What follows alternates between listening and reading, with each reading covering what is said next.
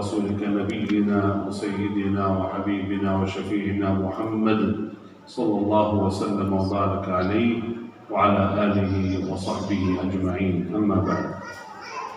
Bapak Ibu hadirin hadirat, saudara-saudariku yang dimuliakan Allah Subhanahu wa taala, wabil khusus yang kami hormati, kami muliakan Ketua Ta'mir Masjid An-Nur, para imam, para ulama, para asatidz, tokoh masyarakat. Semoga kita semua yang hadir di malam ini di Masjid An-Nur dimuliakan oleh Allah Subhanahu wa taala. Amin ya rabbal alamin. Hadirin hadirat, Bapak Ibu, pertama dan yang paling utama, mari kita sama-sama bersyukurlah kepada Allah Subhanahu wa taala atas segala nikmat, wabil khusus nikmatul Islam, nikmatul iman, nikmat hidayah, taufik, sehingga kita sama-sama bisa hadir di Masjid An-Nur di malam ini. Bisa atas izin Allah, anugerah Allah, bisa kita datang ke masjid melaksanakan salat Isya berjamaah. Apalagi habis salat Isya masih alhamdulillah berkenan duduk di majlis ilmu, majlis yang dicintai oleh Allah Subhanahu wa taala, majlis yang mulia di sisi Allah Subhanahu wa taala, majlis yang dihadiri oleh para malaikat di majlis ini. Karena itu Allah bangga dengan kita yang hadir di majlis. Bayangkan saudara, Allah bangga dengan kita yang hadir di majlis. Karena itu Allah berikan balasan yang sangat luar biasa bagi semua yang hadir di majlis ilmu. Sebelum bubar, sebelum selesai, sebelum kita masing-masing keluar dari pintu Masjid An-Nur ini, diampuni segala dosa kita semua. Itu anugerah Allah kepada siapa saja yang hadir di majlis ilmu. Kalau hanya itu saja yang kita dapat di majlis ilmu cukup luar biasa. Apalagi ilmu yang insya Allah dapatkan barakah majlis. Hajat kita, doa kita di majlis ini, semoga ya Rabbi dikabulkan oleh Allah Subhanahu wa taala. Amin ya rabbal alamin. Hadirin hadirat yang dimuliakan Allah Subhanahu wa taala. Satu amalan saja yang saya ingin menyampaikan kepada seluruh jemaah, yang saya harap kita semua menjaga amalan kita. Saya harap kita semua kembali lagi kepada amalan. Karena makin dekat dengan amalan itu, makin kita menjadi mulia dunia akhirat.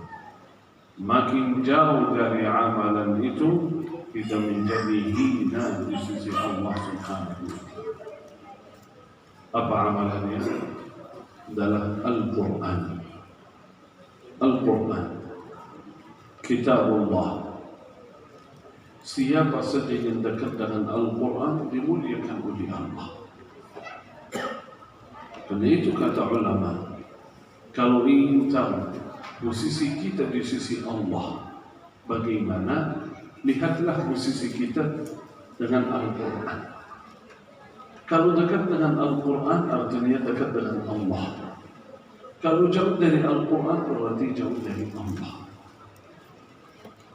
Kalau ingin tahu di dunia bagaimana posisi kita, lihatlah posisi kita terhadap Al-Quran. Nasib Al-Quran setiap hari 24 jam. Berapa kira-kira kita luangkan waktu untuk Al-Quran? Sebenarnya Al-Quran tidak membutuhkan kita. Al-Quran tidak membutuhkan kita sama sekali. Kita yang sangat membutuhkan Al-Quran.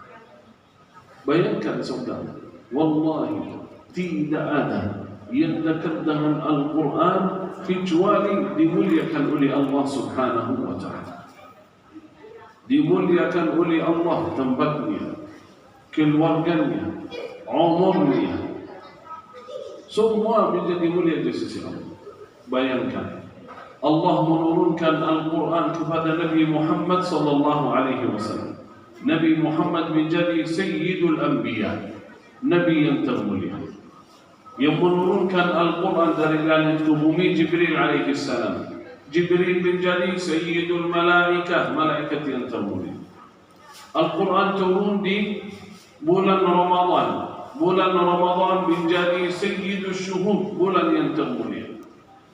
Al-Quran turun di malam Lailatul Qadar. Lailatul Qadar menjadi malam yang termulia sepanjang tahun. Al-Quran turun di kota Makkah dan Madinah. Kota Makkah dan Madinah menjadi kota suci, kota yang termulia di dunia. Artinya apa? Artinya siapa saja yang dekat dengan Al-Quran ia menjadi mulia. Rumah, keluarga, umur, kita sendiri semuanya menjadi mulia. Coba lihat, ini Masjidun Nur. Mana yang lebih mulia? Masjid An-Nur ini atau rumah kita masing-masing? Mana? Walaupun di antara jamaah, bisa mungkin di antara jamaah rumahnya lebih besar dari masjid, lebih mewah dari masjid, betul enggak? Lebih luas dari masjid. Tetapi yang mulia mana? Masjid atau rumah? Tetap masjid. Kenapa? Kalau segi bangunan sama saja. Kalau bangunan masjid dan bangunan rumah tidak ada yang berbeda. Butuh keramik, ya, butuh karpet, cat, dinding, betul enggak? Sama saja. Bedanya apa? Bedanya isinya. Masjid ini selalu diisi dengan Al-Quran, salat, ibadah, majlis zikir, ya. Sering dari pagi sampai malam berisi dengan kebaikan, dengan amal saleh. Karena itu tempat ini menjadi tempat yang paling mulia di muka bumi. Ahabbul bida'i ila Allah al-masajid. Tempat yang paling dicintai oleh Allah di muka bumi adalah masjid. Begitulah rumah kita bisa menjadi tempat yang mulia, tidak kalah dengan masjid. Tergantung isinya. Begitulah umur kita menjadi mulia, tergantung isinya. Kalau isi rumah dengan Al-Quran, isi rumah dengan kebaikan amal saleh, rumah kita dihadiri oleh para malaikat. Rumah kita menjadi nur. Bukan hanya Masjidun Nur saja, rumah kita bisa menjadi rumah An-Nur. Coba di zaman Rasulullah SAW. Ada kisah terjadi sama orang sahabat namanya Usaid bin Hudayr radhiyallahu anhu. Coba lihat apa yang terjadi kalau baca Al-Quran.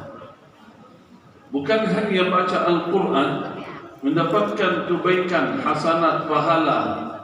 Bukan itu saja. Coba lihat apa yang terjadi di dunia ini, di alam ghaib ketika seorang membaca Al-Quran. Usaid bin Hudayr sahabat Rasulullah sallallahu alaihi wasallam. Suatu malam beliau di rumah membaca Al-Quran. Di riwayat beliau baca surat Al-Baqarah. A'udzu billahi minasy syaithanir rajim. Bismillahirrahmanirrahim. Alif Lam Mim. Dzalikal kitabu la raiba fihi. Hudan lil muttaqin. الذين يؤمنون بالغيب ويقيمون الصلاة ومما رزقناهم ينفقون. Beliau santai di rumah membaca Al-Quran. Tiba-tiba beliau dengar ada suara di luar. Ada berisik. Kuda. Beliau punya kuda. Kan dulu ada kuda di luar, diikat. Sekarang kan ada parkir mobil, kan? Dulu ada parkir kuda. Diikat di luar. Biasanya kalau malam kudanya istirahat. Ketika beliau baca kudanya bergerak. Kaget Usaid bin Hudayr. Kok ada apa ini? Biasa kalau apalagi malam, apalagi dulu, nggak ada suara, nggak ada mobil, nggak ada motor, nggak ada. Ketika ada sesuatu, ada orang yang berjalan, langsung kita dengar. Kok ada apa ini? Ketika beliau berhenti bacaannya, mau dengar apa yang terjadi di luar, suaranya hilang, kudanya tenang. Kayaknya mungkin angin atau apa ya. Beliau lanjut baca lagi. وَالَّذِينَ يُؤْمِنُونَ بِمَا أُنزِلَ إِلَيْكَ وَمَا أُنزِلَ مِن قَبْلِكَ وَبِالْآخِرَةِ هُمْ يُوقِنُونَ. Ketika beliau lanjut, suaranya mulai lagi, kudanya bergerak lagi. Usaid bin Hudayr berhenti. Kok ada apa ini? Ketika beliau berhenti, suaranya hilang. Kodanya tenang. Beliau lanjut baca lagi. وَالَّذِينَ يُؤْمِنُونَ بِمَا أُنزِلَ إِلَيْكَ وَمَا أُنزِلَ مِن قَبْلِكَ وَبِالْآخِرَةِ هُمْ يُوقِنُونَ أُولَئِكَ عَلَى هُدًى مِّن رَّبِّهِمْ وَأُولَئِكَ هُمُ الْمُفْلِحُونَ. Suaranya mulai tapi lebih keras. Kayaknya itu suara sudah dekat lah. Begitu. Langsung beliau berhenti. Tidak bisa sabar lagi. Mau lihat apa yang terjadi. Ketika beliau keluar, melihat ada cahaya kayak lampu banyak dekat rumah. Itu di malam hari. Tapi maksudnya terang itu. Melihatnya terang kayak siang hari. Lampu-lampu itu atau cahaya-cahaya itu bergerak. Bukan apa namanya di tempat itu. Bergerak ke atas. Ke atas lagi sampai hilang.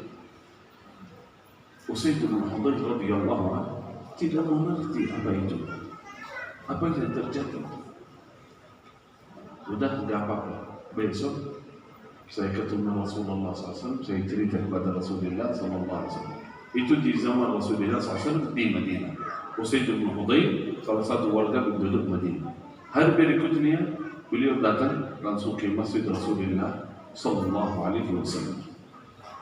Setelah salat beliau datang, Ya Rasulullah, tadi malam ketika saya baca Al-Quran, beliau cerita apa yang terjadi tadi malam di rumah.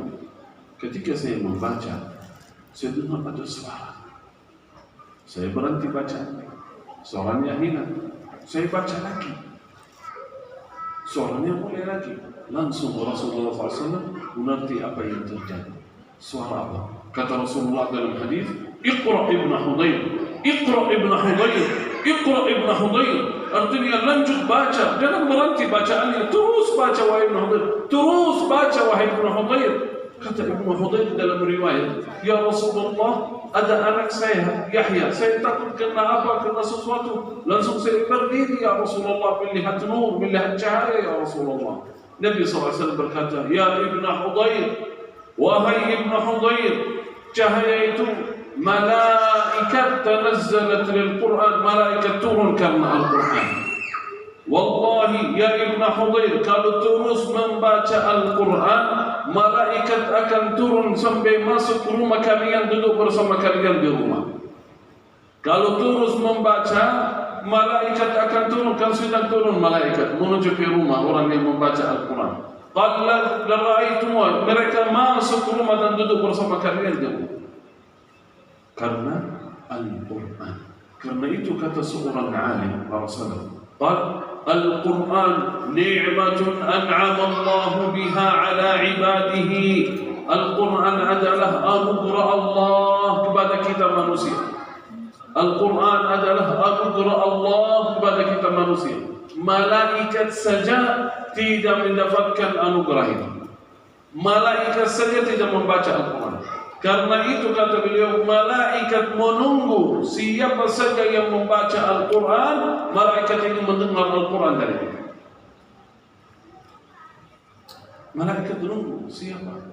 Bingung. Karena itu Allah menciptakan malaikat mencari mana yang sedang berzikir, mana yang sedang membaca Al-Quran, malaikat datang. Berarti nikmat. Kalau malaikat hadir di rumah kita, kalau malaikat masuk ke rumah kita, betul-betul membawa keberkahan.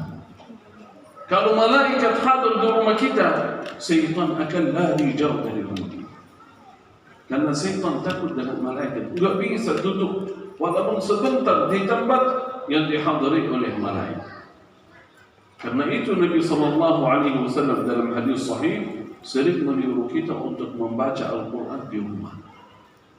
Saya yakin banyak jamaah suka membaca Al-Quran di masjid. Bagus, betul, mantap. Tapi usahakan di rumah baca Al-Quran. Karena rumah kita betul. Khususnya surat Al-Baqarah. Nabi SAW bersabda dalam hadis sahih, qala iqra'u surat Al-Baqarah, bacalah surat Al-Baqarah, fa inna akhdaha barakah. Siapa yang membaca surat Al-Baqarah, menambil. Bayangkan dalam bahasa akhada artinya menambil suratul Baqarah, artinya membaca suratul Baqarah, mendapatkan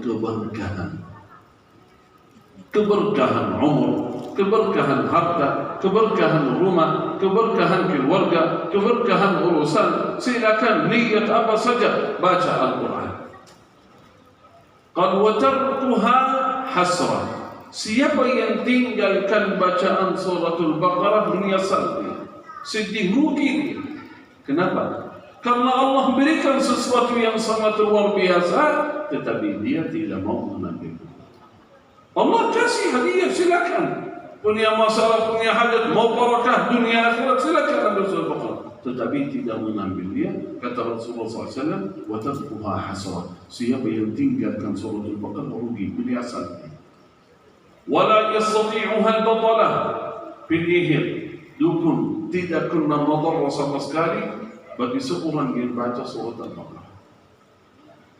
Siapa saja yang ingin membuat madarah bagi keluarga, bagi seorang yang selalu membaca suratul Baqarah, selalu dekat dengan suratul Baqarah, tidak mungkin mendapatkan madarah sama sekali. Tidak mungkin dia kena madarah sama sekali. Dijaga, dilindungi oleh Allah Subhanahu wa ta'ala. Karena itu usahakan.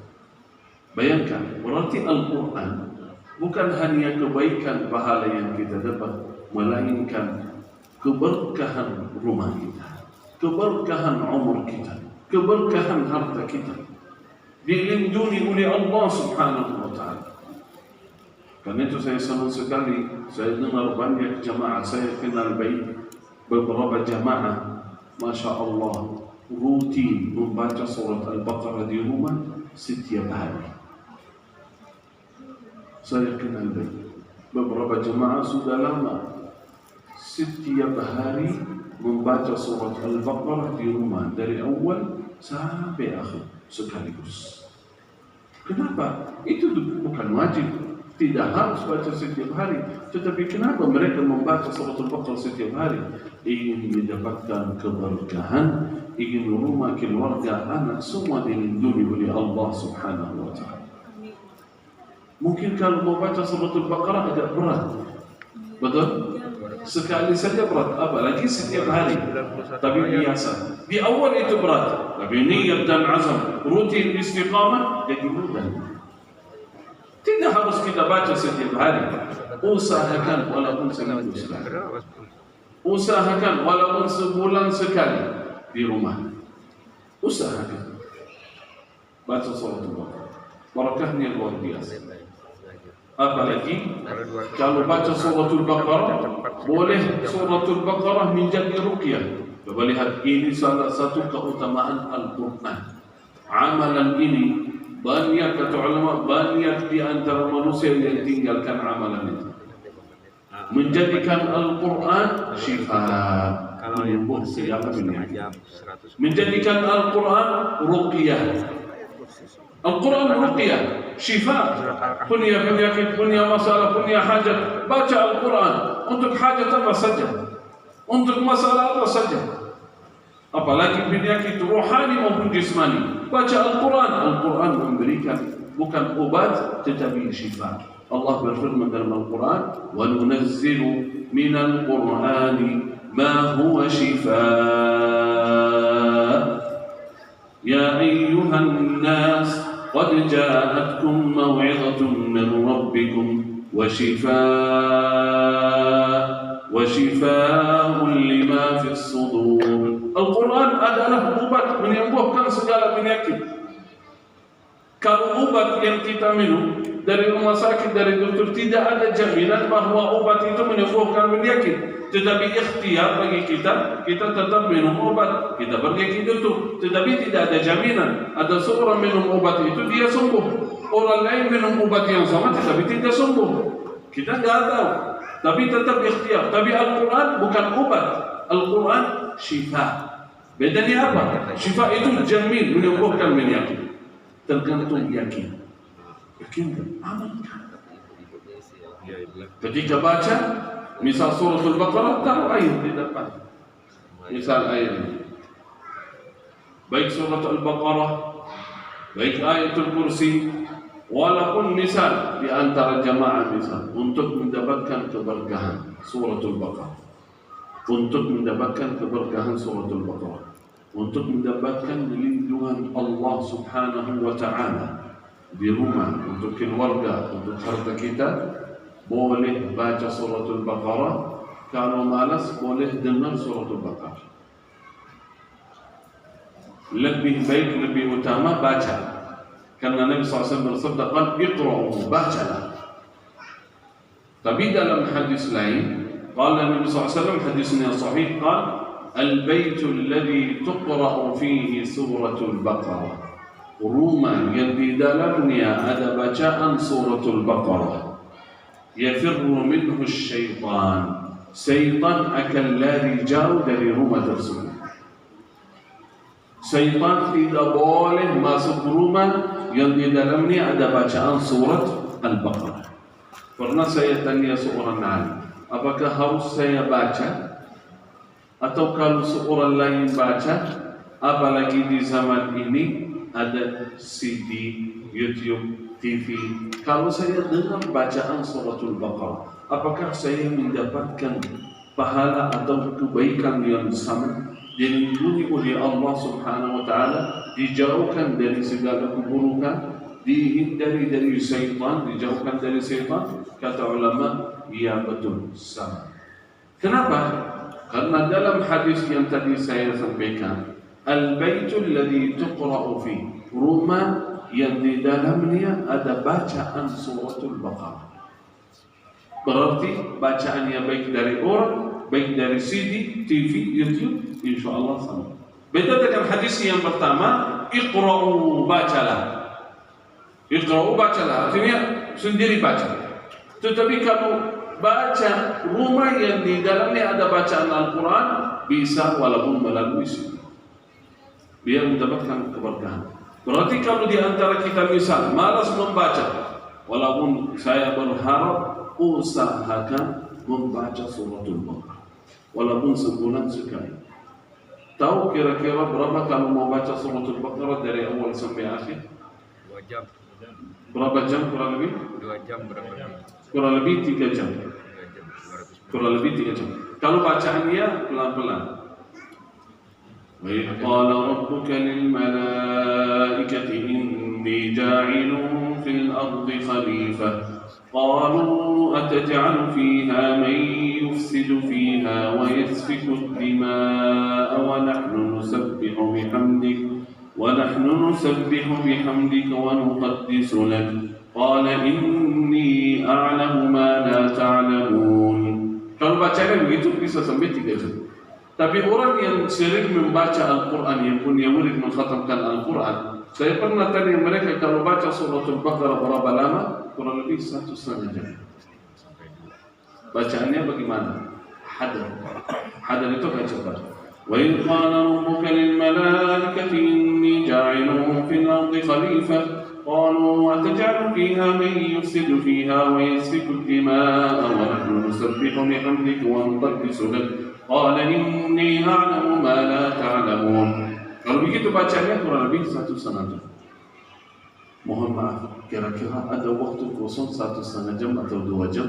Ada waktu kosong nggak? Kira-kira. Pernah kita duduk santai selama 2-3 jam? Pernah nggak? Pernah nggak kita main HP 2 jam, 3 jam? Pernah nggak? Pernah. Sering ya? Sering.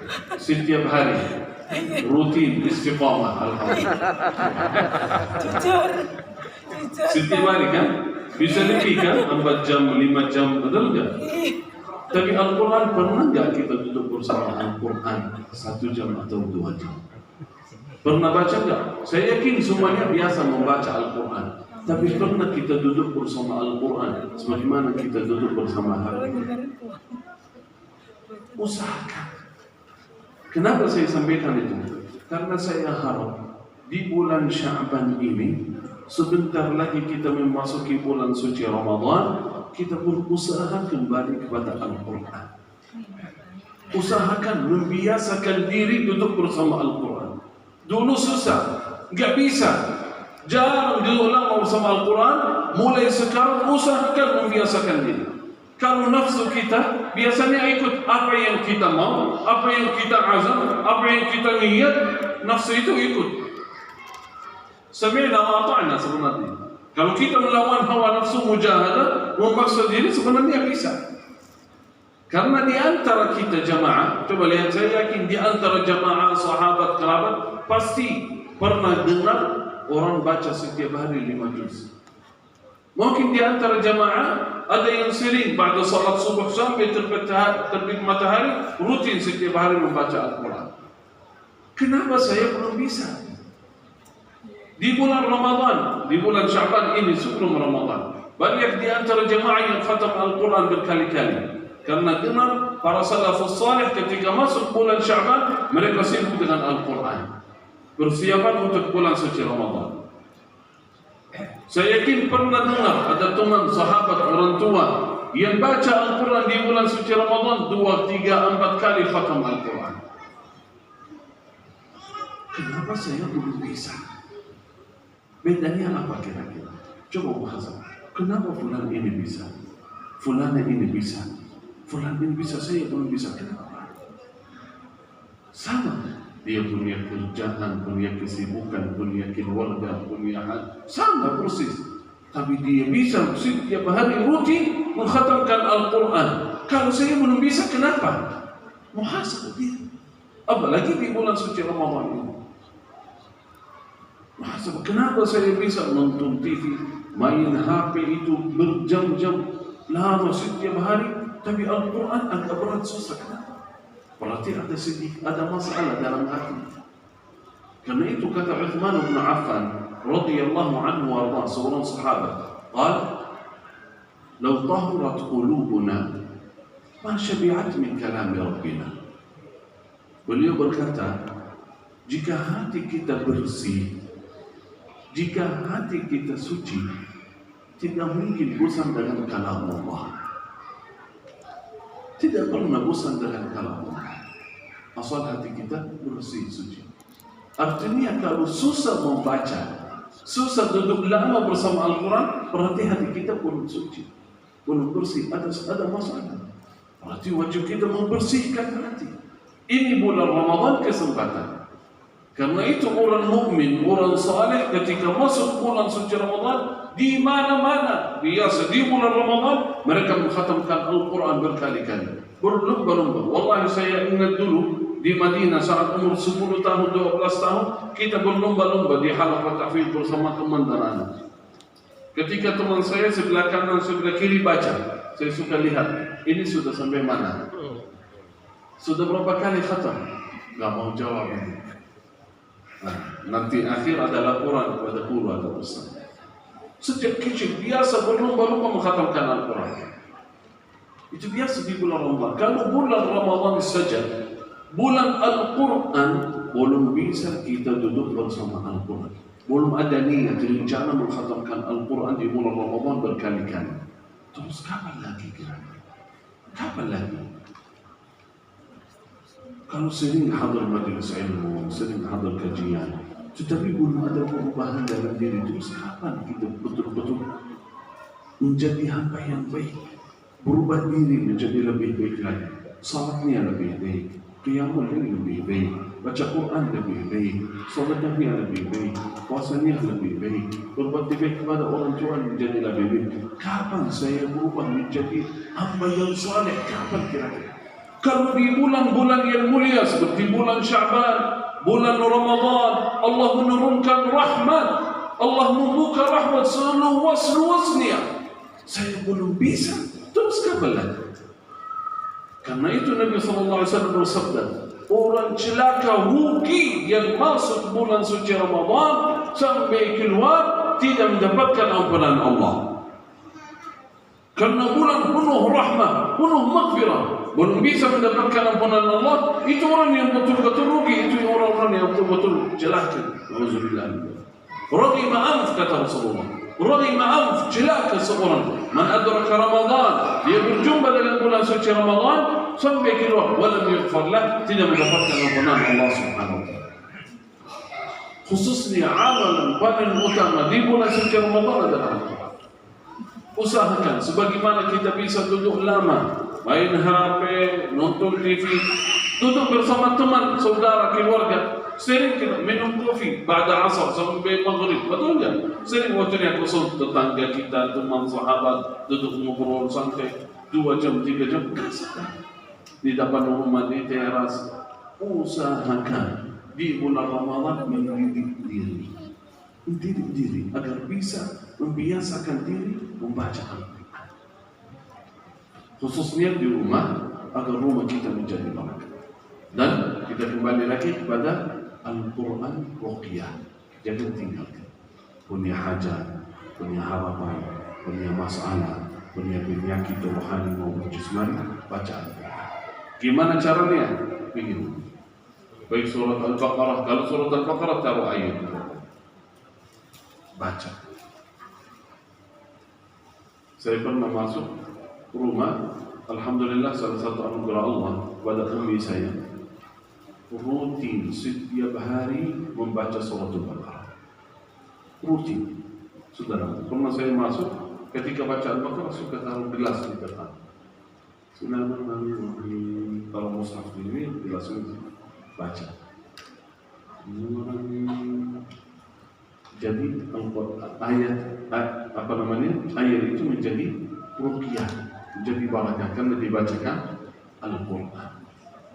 Kalau surat Al-Baqarah merasa mungkin berat, panjang, boleh baca surat Al-Fatihah. Al-Fatihah saja.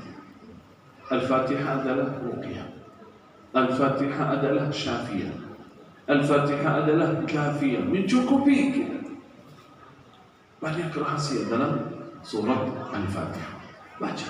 Baik 1 kali, 3 kali, maupun 7 kali. Lebih baik yang itu. Baca.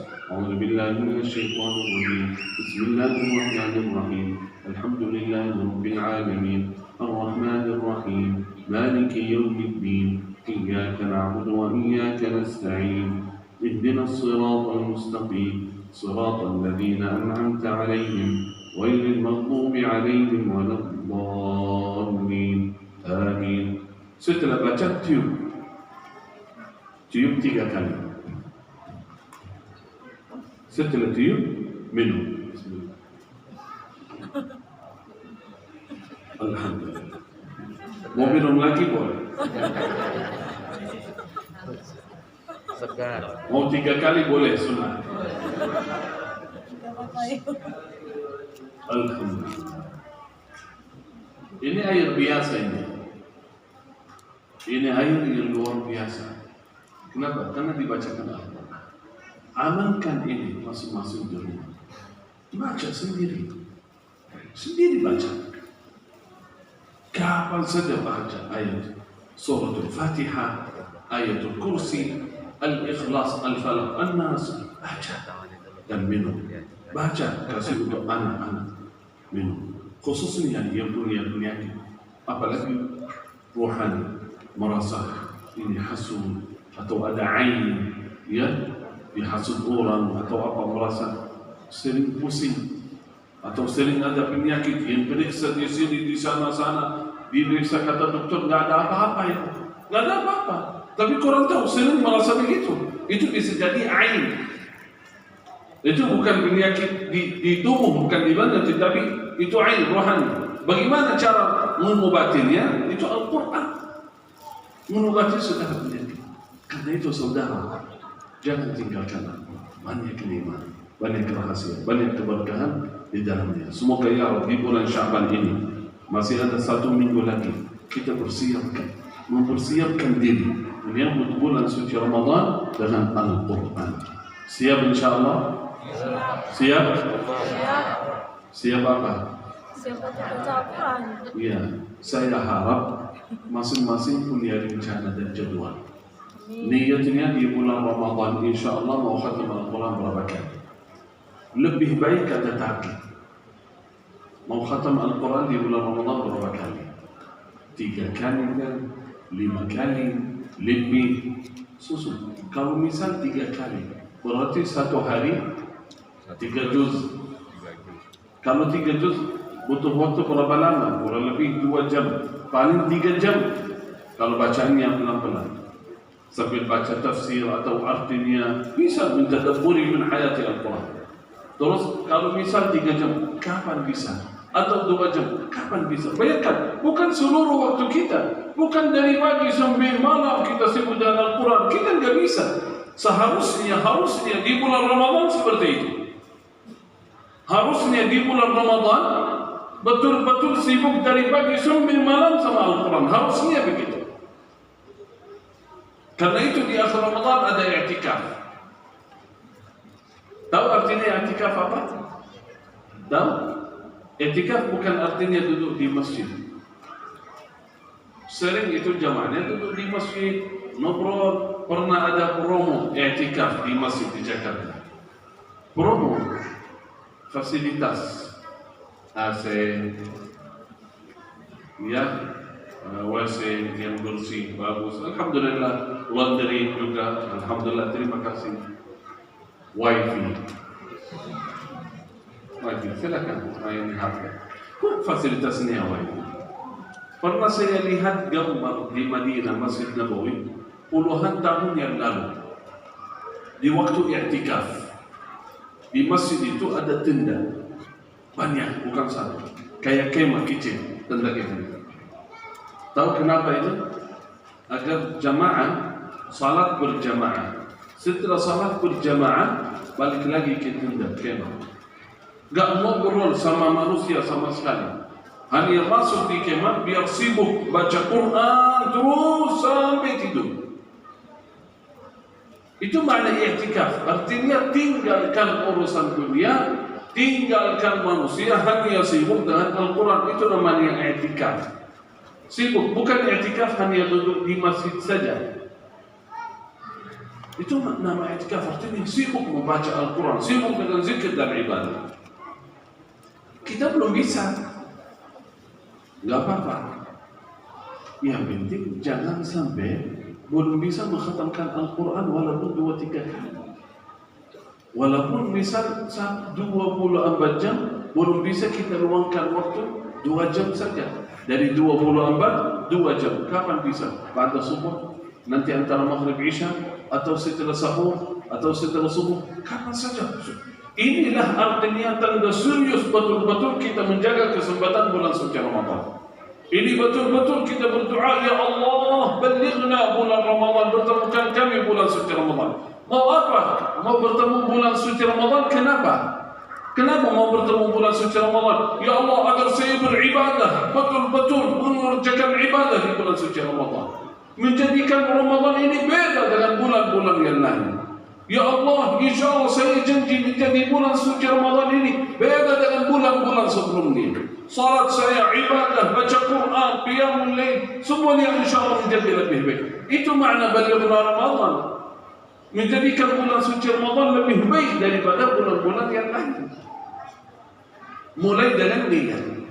Mulai dengan niat, ya Allah, insya Allah di bulan suci Ramadan saya berubah menjadi lebih baik. Salat, menjaga salat berjamaah. Puasa, amal saleh, berbagi, sedekah di bulan suci Ramadan. Beri makanan kepada seorang berpuasa, mendapatkan pahala yang sama. Kalau mau puasa bulan Ramadan 2 kali, 3 kali, bisa enggak? Gimana caranya? Memberi makanan kepada orang berpuasa. Beri makan berbuka kepada orang berpuasa, saya dapat pahala. Jadi puasa bulan Ramadan 2. Kasih makan kepada 2 orang, jadi saya puasa 3 kali. 1 kali saya, 2 kali 2. Kalau saya berikan kepada 10 orang, berarti saya puasa Ramadan berapa kali? 11 kali. Karena Nabi SAW bersabda, "Man fattara sha'iman falahu mithlu ajri." Siapa yang memberikan makan berbuka kepada seorang berpuasa mendapatkan pahala yang sama. Ini bulan Ramadan kesempatan yang sangat luar biasa bagi kita semua, khususnya Al-Quran. Saya harap hadirin hadirat mulai hari ini. Sebenarnya sudah dulu di awal Sya'ban Rajab, orang-orang saleh sudah bikin rencana jadwal mau khatam Al-Quran di Ramadan berapa kali. Kemarin saya sampaikan kepada jemaah, semoga insyaAllah menjadi motivasi. Anak-anak saya kemarin ketika diskusi sama Ustaz, karena saya duduk sama mereka, Ustaz bertanya kepada anak-anak saya, rencana di bulan Ramadan mau khatam Al-Quran berapa kali. Itu biasa, kalau di Madinah biasa dari dulu. Harus ada rencana. Ustaz atau orang tua yang bertanya, rencana di Ramadan berapa kali mau khatam? Karena kalau misal 3 kali, 4 kali, susun ada jadwal, ada kartu, tulis. Karena ada target. Jangan sampai insya Allah baca, insya Allah baca, insya Allah baca, nggak sampai 1 juz 1 hari. Tapi kalau ada target, berarti kita bisa lihat setiap hari sudah selesai targetnya belum ini. Misal 3 juz sampai malam belum bisa, kejar target. Nanti sahur atau apa, kita kejar target sampai selesai. Kalau belum selesai, besok qadha. Qadha selesai. Yang hari ini 3 juz dan 1 juz atau 2 juz. Itu terus bermujahadah, terus berjuang.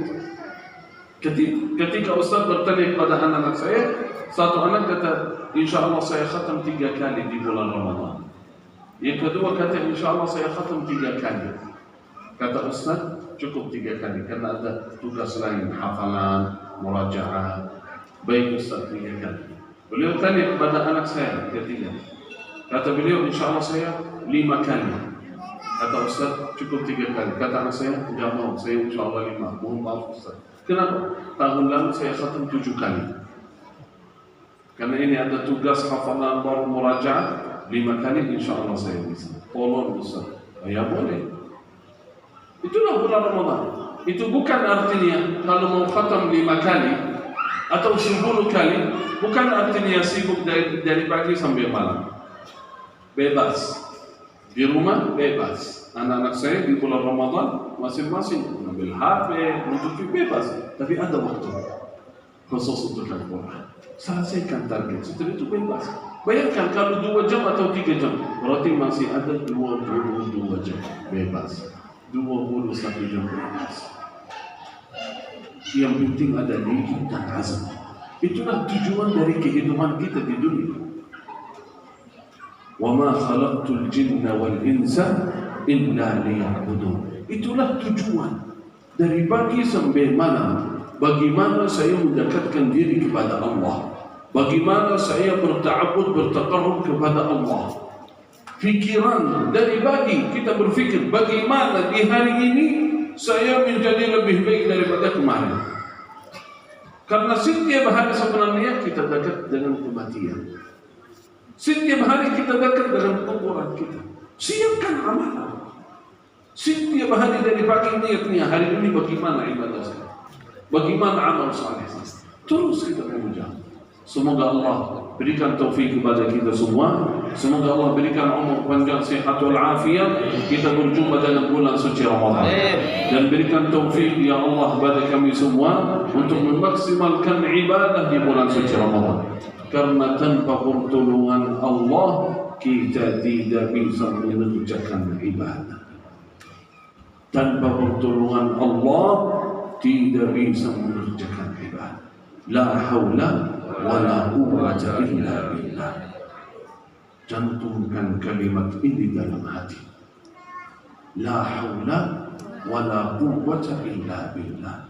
Ketika ditanya seorang sahabat, apa artinya la haula wala quwwata illa billah? Beliau menjawab, artinya la haula, tidak memiliki kuat untuk mengerjakan kebaikan, taat kepada Allah. Wala quwwah, saya tidak memiliki kekuatan meninggalkan dosa dan maksiat kecuali atas izin dan pertolongan Allah. Niat dan azam menjadi bulan suci Ramadan, menjadi bulan lebih baik, menjadi saya menjadi hamba yang terbaik di bulan yang terbaik. Setelah niat dan azam, mohon kepada Allah, ya Allah bantulah kami, ya Allah bantulah kami. Jangan tinggalkan saya sendiri, karena saya tidak bisa. Saya lemah, dhaif. Berkali-kali saya berusaha, tapi belum bisa. Saya lihat khatam Al-Quran dalam 1 hari 3 juz, 5 juz, tapi ternyata saya tidak bisa. Ya Allah tolong bantulah kami. Tidak mungkin Allah tinggalkan seorang hamba yang selalu berdoa memohon kepada Allah. Allah sangat mencintai seorang hamba yang berdoa. Doa itu artinya tanda serius kita betul-betul ingin beribadah bertetap